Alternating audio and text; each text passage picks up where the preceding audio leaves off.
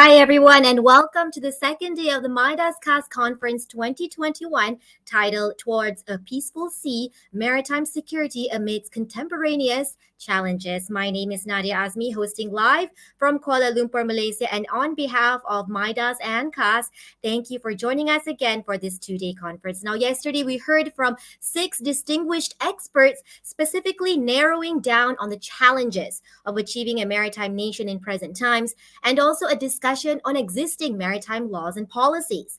So let's do a little recap on yesterday's key takeaways before we kickstart day 2. We learned that there are 3 predominant challenges being faced today. Now, first, littoral countries are at risk of cross-border criminal activities conducted at seas, which will eventually trespass coastlines. Second, coordination between different states and agencies is crucial.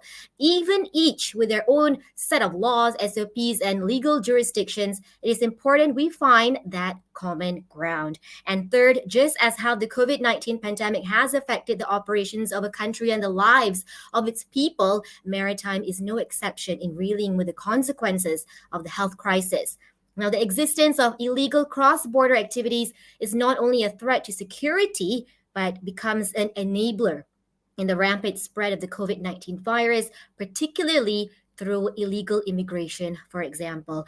We also heard how critical organizations like ASEAN and the EU are playing their part in maritime security. No state can stand on its own. We are dependent on one another economically and socially. So achieving peace requires integration and collaborative efforts among these states. The EU, for instance, has vital interest in the Indo-Pacific region, with 40% of its trade passing through the Straits of Malacca and South China Sea.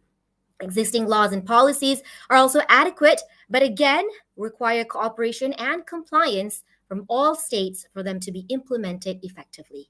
For sessions 3 and 4 today, we continue the conference with more esteemed speakers who will shed some light on the economic impact of maritime security and issues on human security at sea. Before I introduce our first speaker, I would like to remind the audience that there will be a Q&A session at the end. You may submit your questions through the public chat box, and don't forget to state the name of the speaker the question is directed to. Now, ladies and gentlemen, from an economic perspective, the Straits of Malacca, for instance, is one of the most important shipping waterways in the world, not to mention the many untapped oil reserves in the South China Sea too. It is in no doubt that countries heavily rely on maritime activities for economic development and prosperity. Our first speaker for this session is Mr. Muhammad Sufian Sulaiman, who is currently the Deputy Director General of Fisheries Malaysia Operations. During his 35 years of service in the Department of Fisheries Malaysia, he has been known as a senior officer with extensive experience in the fields of enforcement, resource management, fisheries extension, and training. Prior, he had been appointed as the Senior Director of Marine Parks and Resource Management Division and Director in the Fisheries Offices of several states, namely Melaka, Negeri Sembilan, and Selangor. He was also once the Director of the Agricultural Training Division at the Ministry of Agriculture and Food Industry. He graduated with a Bachelor of Fisheries Science from University Pertanian Malaysia and began his career in the Department of Fisheries Malaysia on 15th December 1986. With that, the floor is yours, Mr. Muhammad Sufian. Thank you, Ms. Moderator. Distinguished guests, panelists, and participants, Assalamualaikum and very good afternoon and very good morning to all. It is indeed an honor for me to be part of this MiDAS-KAS Conference 2021 on Maritime Security Amid Contemporaneous Challenges toward a Peaceful Sea, and on behalf of the Department of Fisheries of Malaysia. I believe this is a significant forum where esteemed maritime policymakers and implementers come together to share and discuss issues on maritime-related matters. When talking about IUU fishing, the Department of Fisheries always makes sure that the context is confined within the ambit of the FAO International Plan of Action on IUU fishing. On that note, I would like to share briefly on what is IUU. Illegal fishing refer to fishing activities conducted in contravention of applicable laws and regulation, including those laws and rules adopted at the regional and international level. Unreported fishing refer to fish activities that are not reported or are misreported to relevant authorities in contravention of national laws and regulation or reporting procedures of a relevant regional fisheries management organization, while unregulated fishing occurs in areas of for fish stock for which there are no applicable conservation or management measures that where such fishing activities are conducted in a manner inconsistent with state responsibility for the conservation of living marine resources under international law. Fact about IU fishing, which was also highlighted by Honorable Deputy Minister of Defence Malaysia yesterday.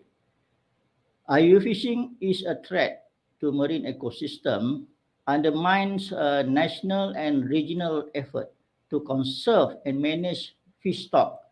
As a consequence, inhibits progress towards achieving the goal of long-term sustainability and responsibility.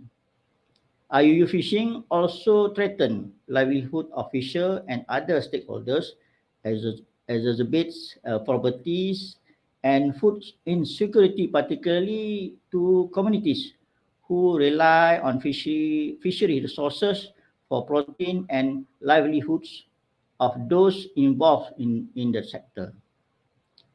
IUU fishing is associated with organized criminal activities. There are many discussion on this link between IU fishing and other crimes. Crime associated with the fishery sectors are crimes that have no direct connection with fishing operation but take place in fishing vessel or during a fishing operation and using the fishing operation as a cover, opportunity or means to commit such crimes. Example of this include drug trafficking, human trafficking, arm trafficking, piracy, and etc. Considering the combating a unit a holistic approach, UN General Assembly highlighted IUU fishing and recognized IUU fishing as a key threat to the management and sustainability of fisheries and one of the most severe problems affecting world fisheries, beside main obstacle of in achieving sustainable fishery in both area under national jurisdiction and high sea. In 2017, the UN General Assembly, UNGA, in its annual resolution on sustainable fisheries, declared 5 June as the International Day for the fight against illegal, unreported, and unregulated fishing. Besides that, IUU was also highlighted in many other fora, declaration, statements such as SDG and multilateral or bilateral instrument. Variety of laws, regulation, and measures against IUU fishing have been elaborated by United Nations and in particular the UNFAO since adoption of UNCLOS 1982. The initiatives taken to combat IUU fishing activities following from UNCLOS, FAO has developed compliance agreement, UN Fish Stock Agreement, Code of Conduct for Responsible Fisheries (CCRF), International Plan of Action on IUU Fishing (IPOA IUU), and Port State Measure Agreement. In 2018, the voluntary guidelines for the marking of fishing gear were endorsed by the 33rd FAO Committee on Fisheries, COFI 33. In response to the commitment under the International Platform Regional Fisheries Management Organization or regional fisheries bodies such as Indian Ocean Tuna Commission (IOTC), RPOA IUU, as well as ASEAN have taken role both in promoting awareness of the international instruments among its contracting parties and establish conservation and management measures. RFMOs or ASEAN have taken steps to combat IUU in a number of ways. Among the most important of these is the establishment of cash and trade documentation scheme. Malaysia shares the same concern. IUU fishing can damage a country's national and regional effort to manage fisheries in a sustainable manner and interfere with effort to conserve marine biologies or marine biodiversity. The inherent nature of IUU fishing make it difficult to accurately quantify the full global economic impact resulting from these activities. However, study to assess the level of IUU fishing and estimated losses have been carried out by the Department of Fisheries in 2016 and 2019. The key result from the study showed that Malaysia lost up to 6 billion ringgit Malaysia and 4.2 billion ringgit Malaysia to illegal fishing every year.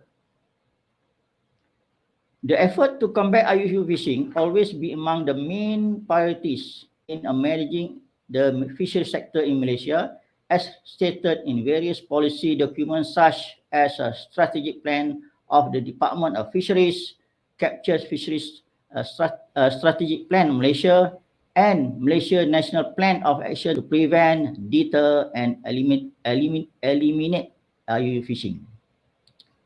In 2019, Malaysia has amended Fisheries Act 1985, in which this new amendment imposes a penalty 6 times higher than the former provisions.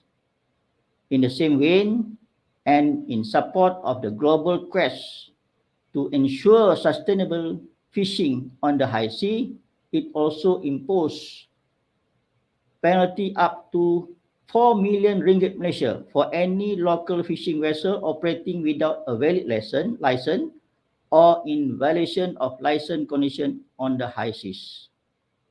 Such deterrent punitive measure is a manifestation of our determination to put stop to this IUU fishing. Malaysia has developed a national plan of action on IUU. This document outlines pertinent and achievable additional measure addressing IUU fishing. Addressing IUU fishing requires close cooperation between agencies and countries. Monitoring, control and surveillance (MCS) programs need to be strengthened. The traceability of fish and fishery product sources need to be enhanced, which is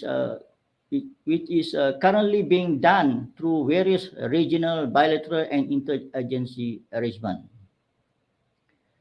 MCS has been long-time business for the Department of Fisheries Malaysia. MCS operations are an integral part of effective and sustainable fisheries management. MCS operations include enforcement activities as well as information sharing, analysis of data, and implementation of legislative instruments. In conclusion, IUU fishing is not only harmful to fish stock, it also undermines the effectiveness of measures adopted nationally and internationally to secure fish stock for the future. IUU fishing can also lead to, or go hand in hand with other crimes called as fisheries-related crime. Fighting the IUU fishing is always an important pillar in better governance of fisheries resources. There is a wide range of possible measures that can be undertaken to address the problem of IUU fishing, covered a legal, institutional, economic, and a social dimension, and will require the involvement of multiple players in the national, regional, and international fisheries sector. Recently, many trade measures were used in the fight against IUU fishing, whereby there is a trend to include commitment on trade and sustainability development in the market access agreement. The way forward, intensify cooperation and the need to strengthen regional cooperation to address the problem of IUU fishing more effectively. Thank you. Over to you, moderator. Thank you, Mr. Haji Muhammad Sufian. IUU fishing is clearly still a significant threat today to many countries. We can discuss more later during the Q&A. So to all of our audience members, again, please do submit your questions through the public chat box, and we'll have a slot for the Q&A at the end of the session. Thank you again to Mr. Haji Muhammad Sufian.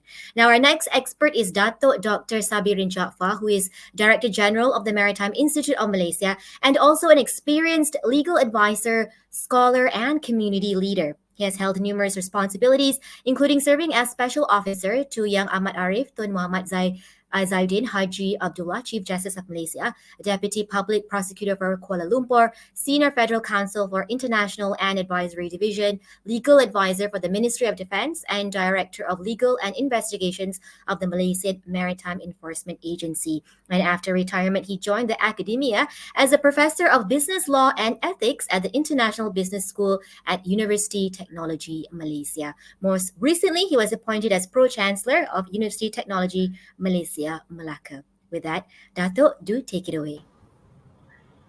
Thank you very much, Nadia.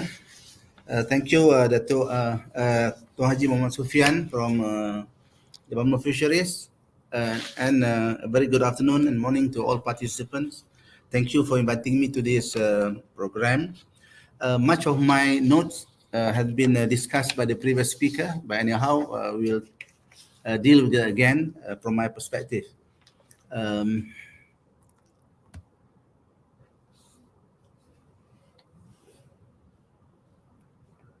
Okay. Let me start with introduction here. The maritime industry contributes. The maritime industry contributes about 40% of Malaysian GDP, which includes activities in oil and gas, fisheries, tourism, ports, shipping, logistics, etc. And it generates income, employment, and investment to the country. This indicate, this shows the importance of maritime activities to Malaysian population. The sea is also an important source of seafood. From Department of Fisheries statistic, in 2019, Malaysian waters produced up to 1.45 million metric ton of fish, including coastal and deep sea. This is produced by Department of Fisheries from its annual fisheries statistic 2019.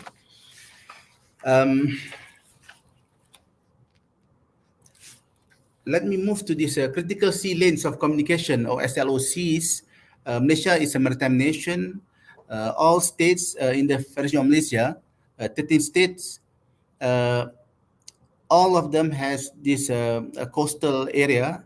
The only exception is the Federal Territory of Kuala Lumpur. And the three main seas which surround the Federation is first is the most important one, the Straits of Malacca, which is well-known internationally, and is named after the small state of Malacca. It used to be the Empire of Malacca in the 15th century. It is one of the most busy waterways in the world. And between when Malaysia was established in 1963, Malaya, or the Peninsula Malaysia, which had its independence in 1957, was joined by three other states, which is Singapore in the south and the two Borneo states of Sabah and Sarawak. So in 1963, we have this vast ocean, the South China Sea, which separates these two entities. And from the north state of Sabah, we have the Sulu Sea. So these three seas are very important as a critical sea lanes of communication for Malaysia. And with that, it comes the issue of security and management of the sea resources and how to administer the loss. I've shown previously the hotspot of maritime security issues in Malaysia are in the three areas of sea that I've shown before. So maritime security issues in Malaysia as well as worldwide, I like to confine this to three main issues. Of first, illegal, unreported, and unregulated fishing, or IUF, which has been discussed quite extensively by the previous speaker. Then two, piracy and armed robbery, and three, maritime terrorism. Let me first continue to discuss about the illegal, unreported, and unregulated fishing, or IUUF. We have known from reports to the agencies, one of the biggest problems that Malaysia faces now is encroachment of mostly Vietnamese and Thai fishing vessels into the waters of the east coast of Peninsular Malaysia. I think if I move back to the map, you can see this in the area of the east coast of Peninsular Malaysia. There are many reasons for that, but we will discuss later about this, how this threat came about. For the Vietnamese fishing vessels, I think that there's a background to it. When there's a geopolitics complexities, so to speak, when they have this diplomatic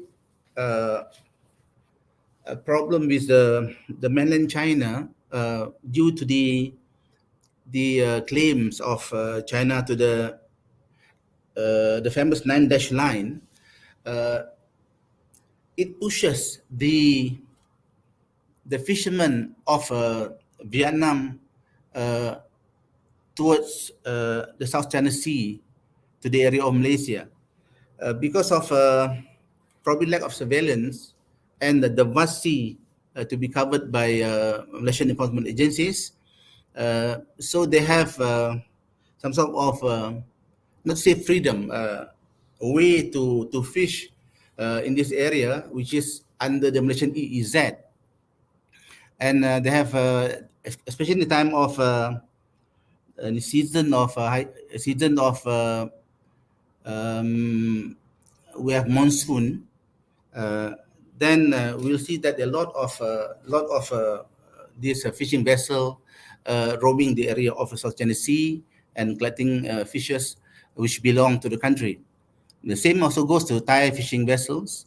So as has been mentioned previously by the Deputy DG of Fisheries, we lost about 6 billion ringgit Malaysia worth of fish every year to these activities. And then one of the issues which contribute to this is the lack of agreed maritime boundaries in South China Sea. We have conflicting claims. Malaysia, we have our own claim of EEZ under the 1979 new map of Malaysia, which we registered internationally. However, the other member states have their own claims, and because of this, because there is no clear agreement as to this, and some of the countries keep on changing the limitation of their EEZ. That makes it quite difficult patrol, and it's quite a challenge for the enforcement agency to monitor and control the vast area of seas. Another issue is probably the lack of assets, assets by the enforcement agencies. Another one is the coordination between enforcement agencies. Although now we have this Malaysian Maritime Enforcement Agency or Malaysian Coast Guard, however, we still need to upgrade our performance, so to speak, to monitor this very serious incursion of neighboring fishing vessels to the country. Another thing that we know that South China Sea, we have this, it's quite a volatile area. We have the South China Sea disputes, and it is well known all over the world, and the littoral states of the countries take a very cautious approach towards this, as not to inflame further the problem that we have seen so far. So far, it is manageable, but the result of it is that the issue of IUUF is not dealt really seriously because of the bigger conflict that we see happening in the area. We have this Malaysia's National Plan of Action to prevent and deter and eliminate illegal and unreported and unregulated fishing, published in 2013. This, I think, I will leave it to our good friend, the Deputy DG of Fisheries, to explain further. But it is published in 2013, and from that, I think there is a clear need for us to update this. We are now in 2021, so we need to some sort of update this and try to bring in new challenges and see how we can resolve the issues there. We have this Ops Naga, in which 22,384 inspections have been carried out, involving 418 arrests from April 2019 to 17 August 2021. This is, I think, a success. Even during the pandemic, we still carry out this duty, and this shows that we have done our level best to overcome this problem by doing inspection to the vessels, and which includes some arrests, to the fishermen which have contravened the laws of the country. And then there is an MOU which is supposed to be signed to address the issue of IUF between Malaysia and Vietnam in the Malaysian EEZ. We hope, I think, I'm not quite sure, but I think it's not signed yet because it was supposed to be signed in April, but due to the pandemic situation, I think, to the best of my knowledge, it's not yet signed. Probably this Tuan Haji Sufian will highlight this to this forum later on, whether they have signed or not. This also has been explained before, but let me repeat this. Malaysia loses up to 6 billion ringgit due to illegal fishing every year, equivalent to approximately 980,000 tons of the country's sea-based produce. This is quite substantive. And I think we need to do more to address this problem. IUF also is a major threat to food security in Southeast Asia. Over the past 30 years, fish stocks have declined by 1/3 and are expected to decrease an additional 59% by 2045 if current prices persist. So this is something, it's a big issue because of food security, and we see the people of Southeast Asia, they love to eat fish and sea products. So I think we need to really work together to make sure that this threat of food security will be overcome, for better future for all of us here. Let me move to the issue of piracy and armed robbery. As you can see in this statistics, which we got the source from the ICC IMB, Maritime Bureau Piracy and Armed Robbery Against Ship Reports 2020. And we see that the cases are not many. We see that in 2016 we have 17 we have about 7 as well. 2018 we have 11 cases. 2019 we have same 11, and 2020 we have 4 cases only. I did my doctoral research on the same topic, but it covered the time of the 2000 to 2005. That was, I think, the peak of the problem. But now I think due to the management by the coastal states, we see that now this statistic has gone down, quite substantial, to indicate that the little states of the states of Malacca especially have worked well together within and inter the countries to help succumb this problem. According to recap,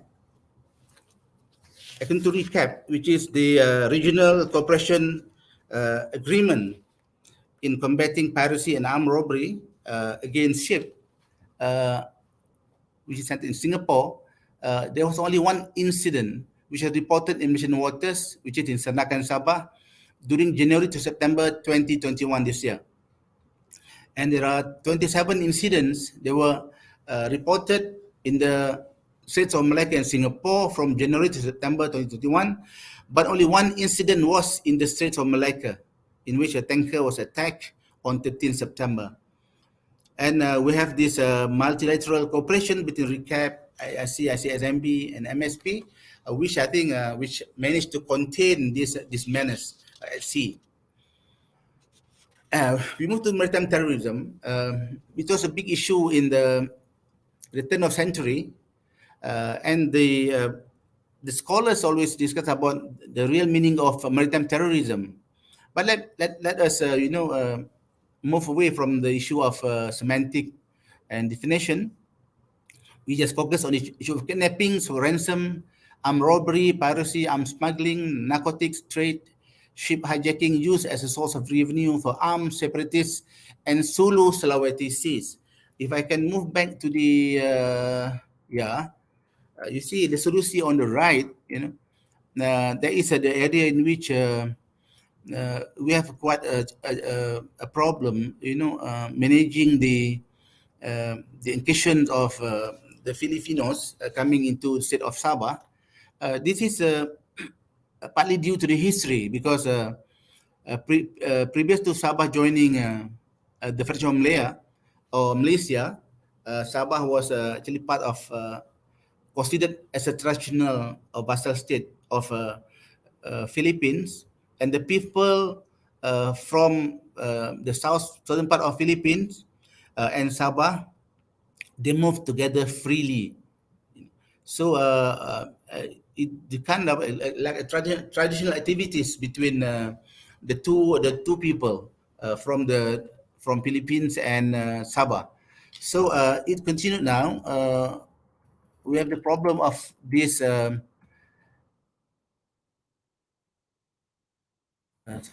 I just move again.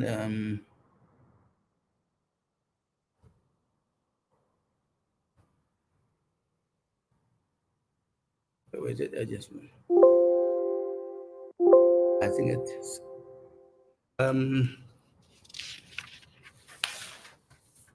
Yeah. I think I just skip this one. Yeah. We can see this. The issue was this piracy and armed robbery and maritime terrorism. It gives a real serious impact to the economy, and we need to ensure that we have the proper security to address this issue, to manage the economy. Because by preventing smuggling activities, for example, we can minimize tax losses, which is quite great loss for the country. And it also influences and increases investors' confidence in investing in Malaysia if our ports and shipping lanes are safe from malicious attack. So they also involve about the the insurance, the how the insurance was raised because of the concerns about the security in the early years in the year 2000 to 2025. A lot of use of piracy in terms of Malacca was highlighted, and it became a big concern to all shipping lanes, and the insurance was raised to cover this problem. And without security, it will disrupt maritime and global supply chain and the world trade. I think that's quite obvious. And the way forward is that we need to ensure that the entire crew of a vessel needs to be protected and educated so that their vessel has a higher chance of avoiding security threats. And the maritime industry, as well as the general public, should be informed of the violence and cruelty of the pirates and maritime terrorist attacks and the dangers that crew on board face and the substantial losses that may result in terms of human life and property. Community must also play a vital role in aiding Malaysia's maritime security capacity and awareness development.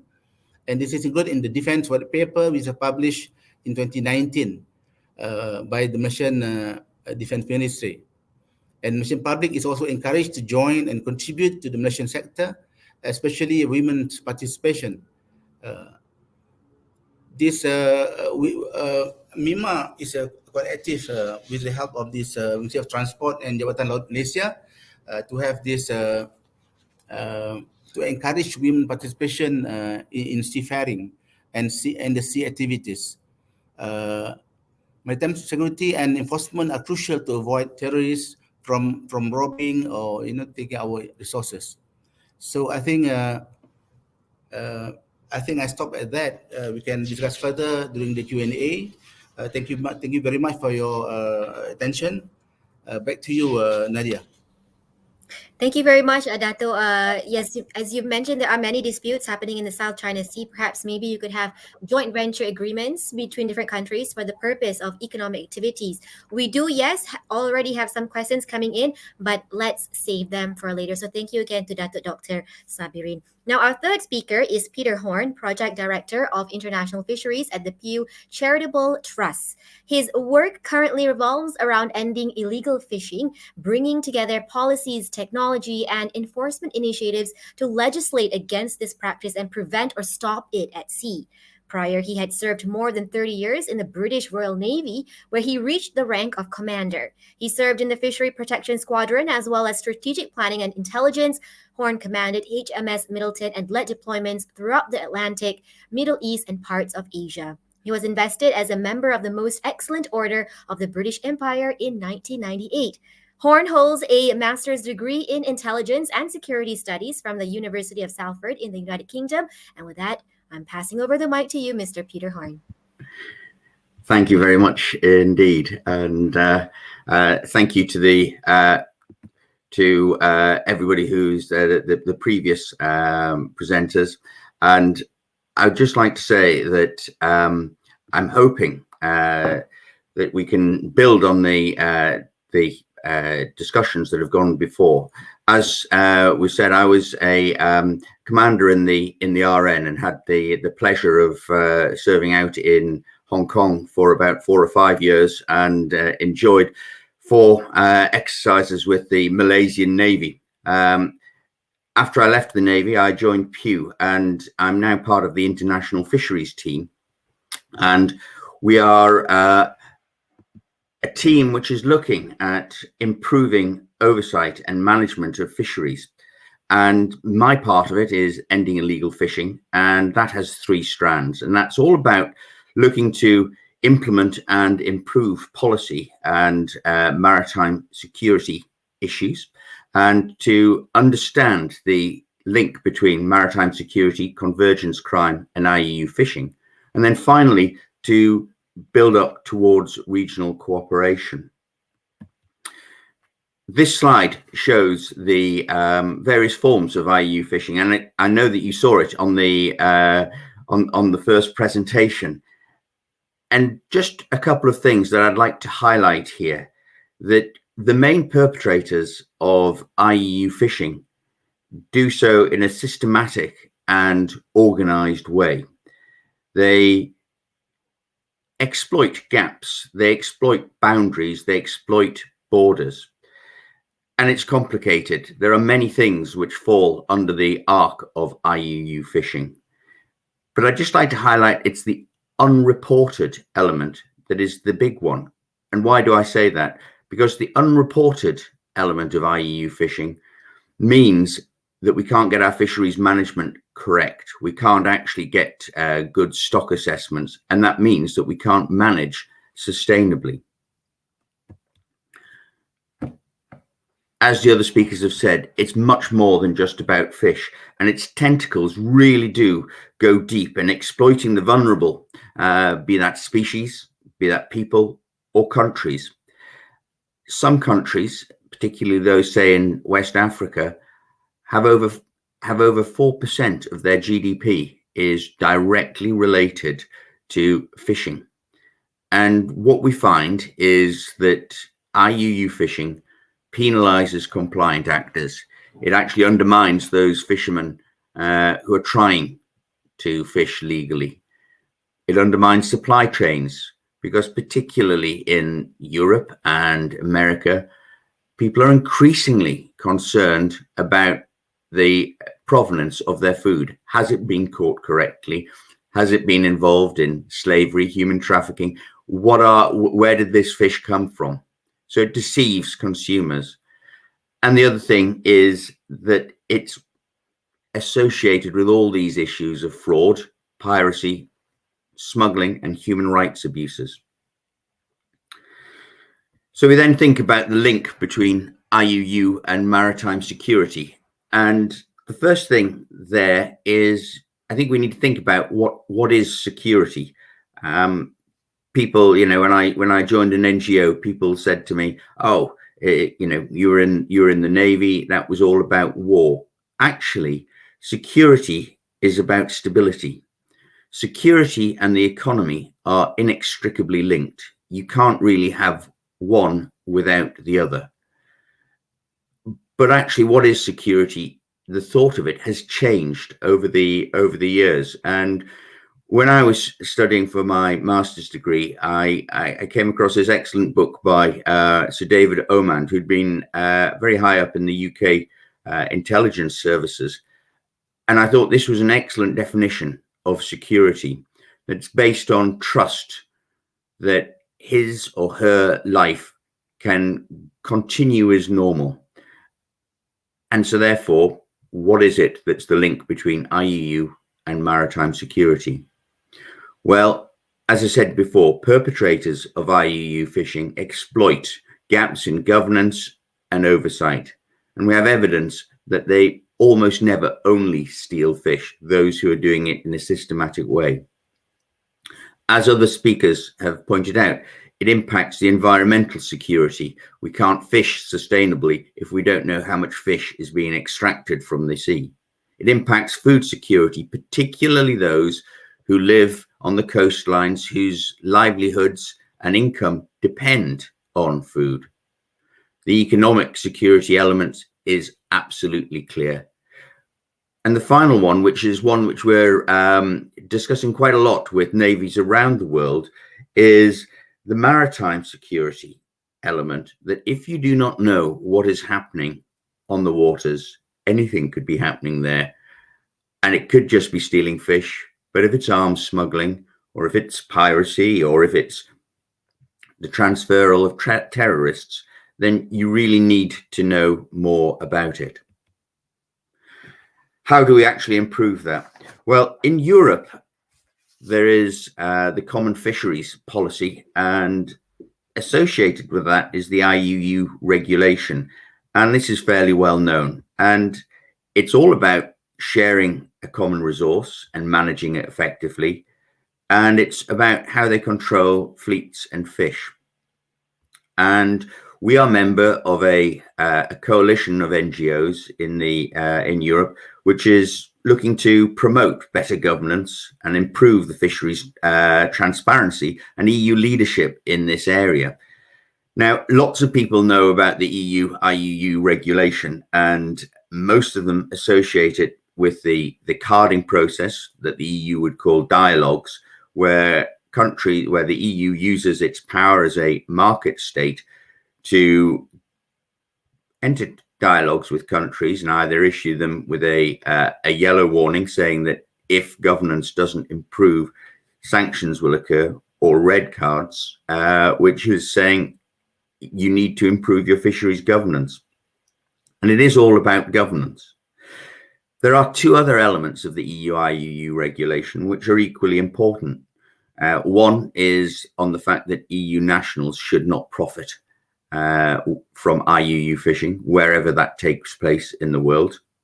And the third is that there should be good catch documentation schemes, which are aimed at stopping IUU caught fish entering the market. That's one form of regional cooperation. Another form of regional cooperation occurs just at the other side of the Indian Ocean. And that is where 8 West African states got together to try and improve the governance of their waters. The waters that you can see on this chart here have a wealth of fish in them. However, they were being plundered. There's a lot of systematic IUU fishing going on, and there probably still is today. But these 8 countries decided that they would actually sort of take stand against this and start sharing information. They started to deliver change on their water. And one of the key elements of their sharing information was that they seemed happy. These countries were happy for others to take success.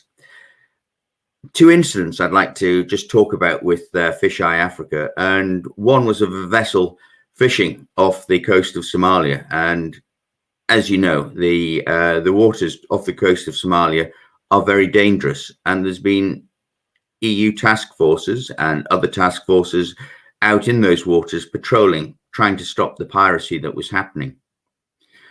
EU forces picked up, compiled the pictures and sort of established maritime domain awareness of the area, and didn't share that with any of these countries. What they did do was they sent the information back across to the EU headquarters, who ultimately passed the fishing information back over to the Indian Ocean Tuna Commission, which is the regional fisheries management organization in this area, who then shared that information with Somalia and Kenya and all these other countries in Fish Eye. And then they found that some fishing vessels were fishing illegally. They arrested them, and the vessels were taken into Mogadishu Harbour, where they sailed at night. They went down to Kenya, who rearrested them and then took them back to Somalia for them to be prosecuted there. It was a great example of cooperative action and information sharing, and actually had real effect on the water. So we go to what are the maritime security opportunities? I think maritime security has got a real leadership role here. Navies are used to working together. Navies like working together. We're all about freedom of navigation, trade, governance of waters. And to start off, all navies need to understand what's happening on the waters. We have a fairly sophisticated mechanism for information sharing, and we can build pictures easily. We understand that one asset alone cannot hold all of the picture. One asset alone cannot actually control an area of sea. And this is why maritime security is really relevant in the fight against IUU fishing. Maritime security forces understand how to build the picture at sea. They understand how to share information. However, they're not particularly good with sharing that information ashore and understanding how that information influences people ashore and how they can take acts against IUU fishing. Militaries tend to have good leadership. They want to be positive. They like engaging with other navies. They like actually delivering effect. And leadership here is in being prepared to share information, being prepared to work together, being prepared to let other people take a little bit of credit for some of the work that you've contributed to. As a captain of the ship, you're only as good as your weakest link on board that ship, and everybody needs to work together for you to actually deliver effect. And this perspective is something that maritime security forces tend to bring to any debate. Capacity development is something which we all do. We like to work together. We learn from each other. By working together, we improve our knowledge and the knowledge of others.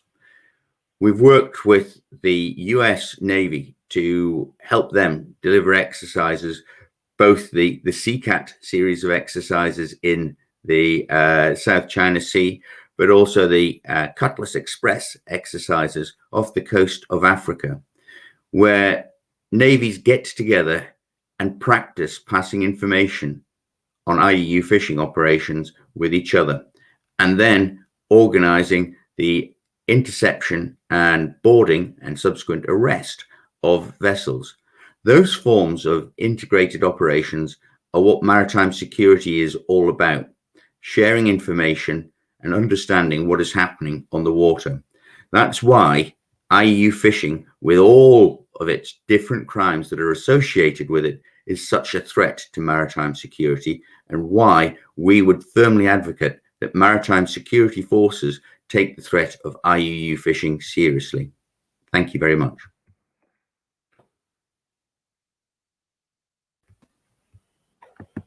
Thank you, Mr. Horn. Now, sharing information and working together. Mr. Horn, indeed, these are key ingredients to maritime security. It's great that you're able to share about governance on fisheries in the EU, because on this platform, this is obviously an opportunity for us to learn from one region to another. So thank you, Mr. Horn.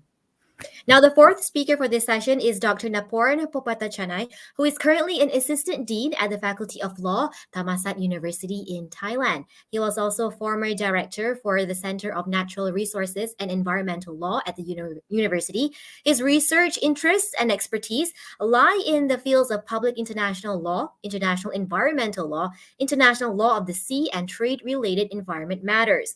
He completed his LLM in European Legal Studies at the University of Bristol and LLM in Environmental Law and Policy at University College London. He received his PhD with a particular focus on protection of the marine environment from pollution from land-based activities from Nottingham Law School. His research article titled Marine Plastics, Fragmentation, Effectiveness and Legitimacy in International Lawmaking in the Review of European Comparative and International Environmental Law received an accolade recently for top-cited paper of 2018 to 2019. With that, the stage is yours, Doctor. Good afternoon and good morning, ladies and gentlemen from every time zone. Thank you for having me today. It is my privilege to be part of this conference and also to listen to other distinguished speaker today. If I can have my slide on, then I can quickly go through my presentation today. I'm trying to be brief. I know that we are a bit running out of time. What the topic for my presentation today is concerned yellow to green light, Thailand's and its action in combating IUU fishing. Because in the past 5 to 6 years, we have a huge problem with IUU fishing in Thailand. And that is not something to be of surprise, simply because if you look at the history of Thai fishery law, it is quite a mess for the past, 4 or 5 decades. And with the push from the EU, we finally get something done and, having a better regulatory system. Next slide, please. My agenda for today, I'll start with identifying, some what's been identified as, increasing risks associated with IUU fishing activities conducted by, Thai fishing fleets. And then I'll try to look at how Thailand deals with the problem with IUU fishing before I conclude my presentation with some remarks. Next slide, please.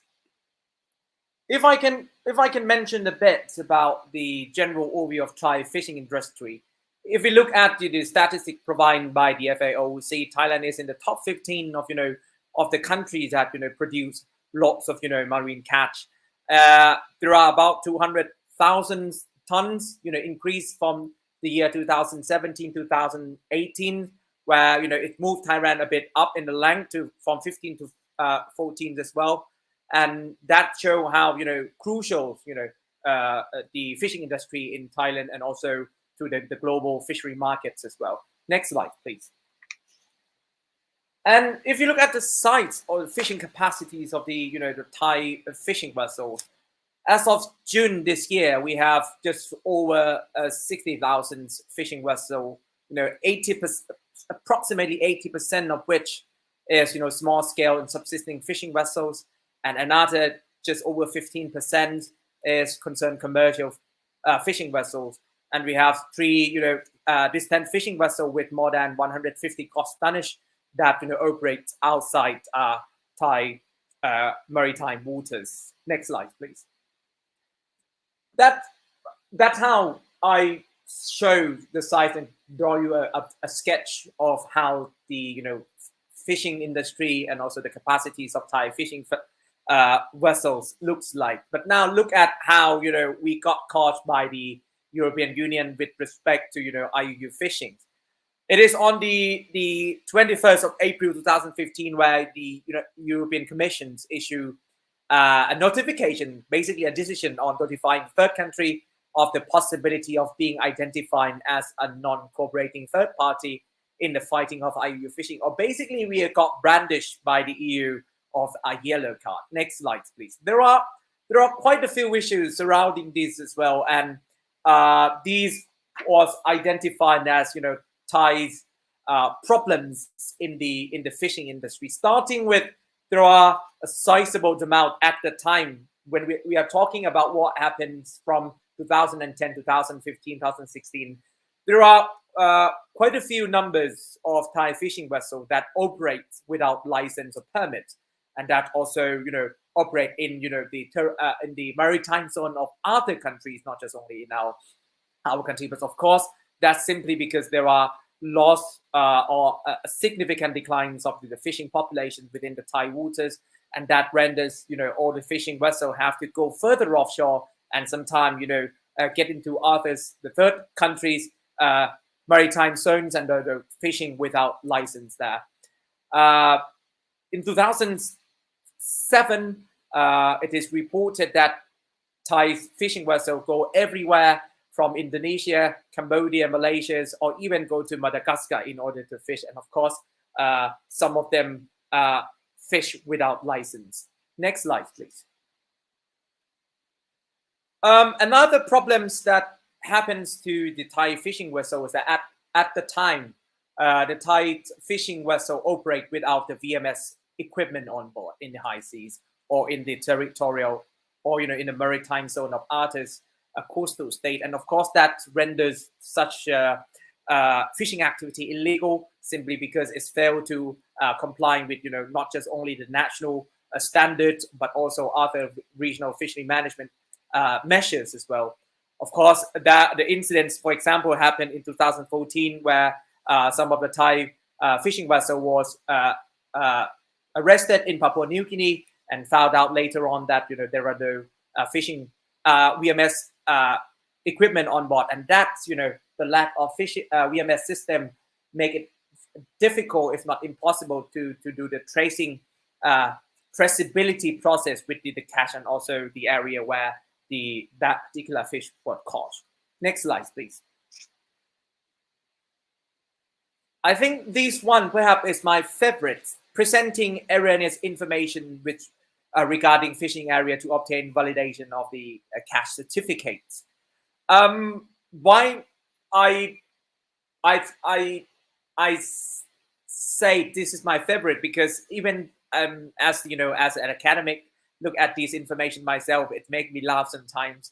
And looking back, it's very funny. But of course, for those officials and also people who works in that particular situation, this would be their nightmare. Of course, the European Union officers visit Thailand several times, and sometimes with their inspection and investigation shows that sometimes the KAS certificates come later as not accompany the fish import to Thai ports, and that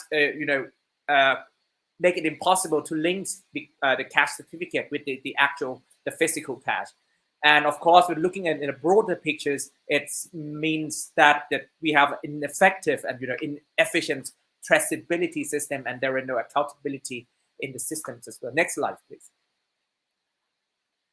And sometimes there are very, very, very awkward and surprising informations as well. For example, like we have a situation where 2 KAS certificate issue for the same trip, and the dry products, fishing products, increase in weight as opposed to decrease observed after the dehydration process. These kind of information was found out by the EU officer during their investigation and also in the inspection of several sites. There are other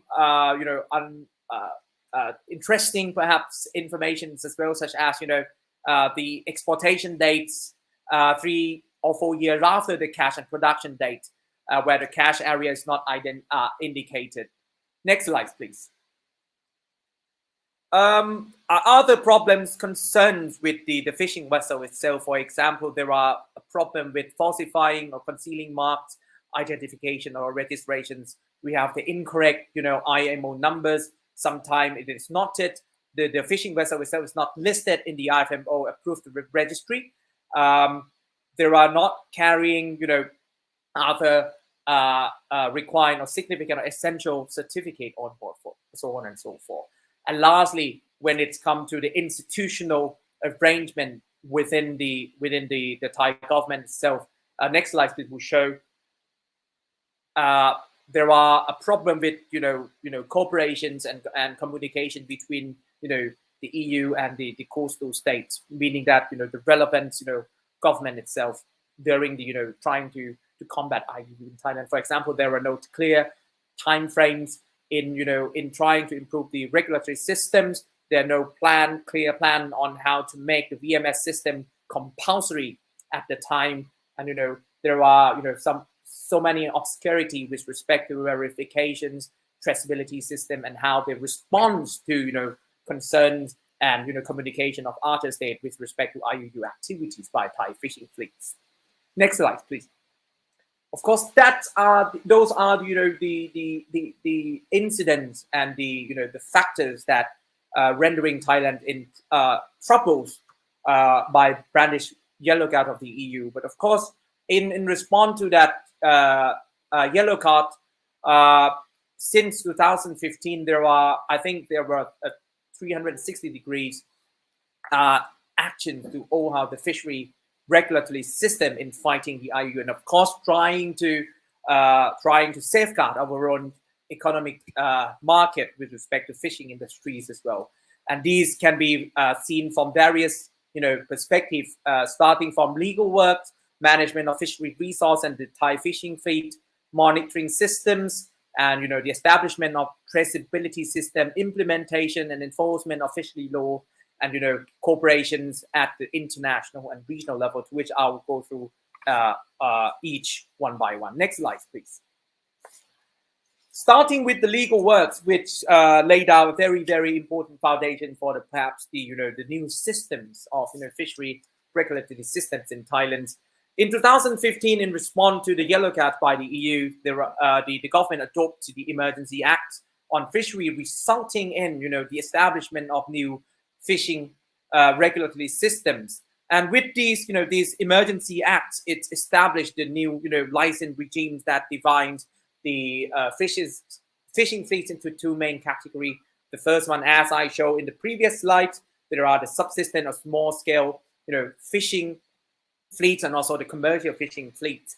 And there are others requirement that makes compulsory by this Emergency Act as well, and these includes those the requirement of having the IMO numbers on the size of the fishing vessel, and also the VMS system is also made compulsory for all fishing fleets in Thailand. Also, and there are further regulation on the authorized fishing gears as well.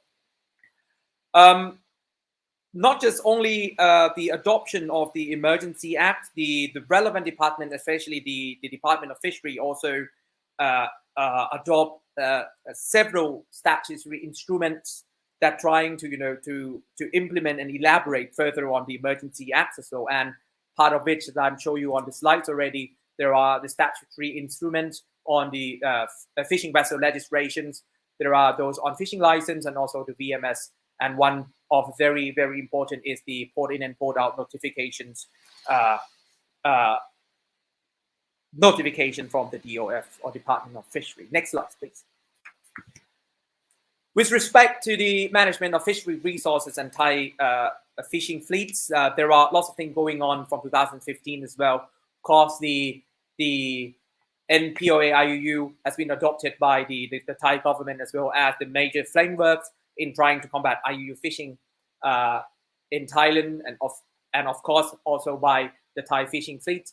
There are an adoption of the Marine Fishery Management Plan 2015 as well. That brings in the ecosystem approach to sustainable fishery and trying to balance and also respond to the sustainable development goals that relates to the fishing industry. There are cooperations between institutions within the government. For example, there are the cooperations between the Department of Fishery and also the Maritime Transport Department in order to improve the fishing vessel census. They rearrange and introduce the new registry in order to ensure that they have the same information between the two organizations. That, of course, regulates the fishing vessel in the different aspects. There are lots of things going on as well with respect to the management of fishing resources. There are with the Emergency Act on Fishery, there are the establishment of the national and the provincial committee that deal with fishery resources. And part of that job is also the determination of the MSY and trying to manage the big pictures of the fishing resources in Thailand. Next slide, please. There are other regulatory systems that has been in place in Thailand as well. As I mentioned already, there are the NPOA IUU. There are the establishment of two important, supporting mechanisms in Thailand. That is the fishery monitoring centers that has been further elaborated and supplemented by the port in and port out centers in order, to facilitate, fishing fleets along the coastlines of Thailand, both in the Andaman Sea and the Gulf of Thailand, in order, to supervise them and assist and ensure that there are no IUU fishing conducted by these, Thai fishing fleets. There are inspections as well at ports and also onboard inspections. The development of the independent observer on board has also been implemented by the Department of Fisheries as well. We are about over 100, independent observers that has been, worked on a different fishing fleets already. Next slide, please. Traceability system is another important work of the Department of Fishery. There are, a system in place now that trying to link with, private operators, the fishing vessels, and also the relevant government department in trying to, to trace and also to monitor the physical flows of the cash by the Thai fishing vessel or those fish that, are landed on the Thai ports.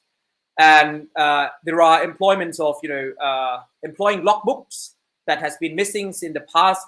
They are issuing of land declaration and cash certificates. So next slide, please. I think lastly, we have strong enforcement actions as well. More than 4,000 cases has been trialed by the court, and strong sanctions has been imposed to economic punitive damages. And this has already been done. There are over 500 million baht fines by in totals already with respect to different cases that has been prosecuted and adjudicated by the Thai courts. Next slide, please. Thailand also increased their cooperations with the authors, international and regional arrangements as well. It has already become party to FAO port state measures in 2016.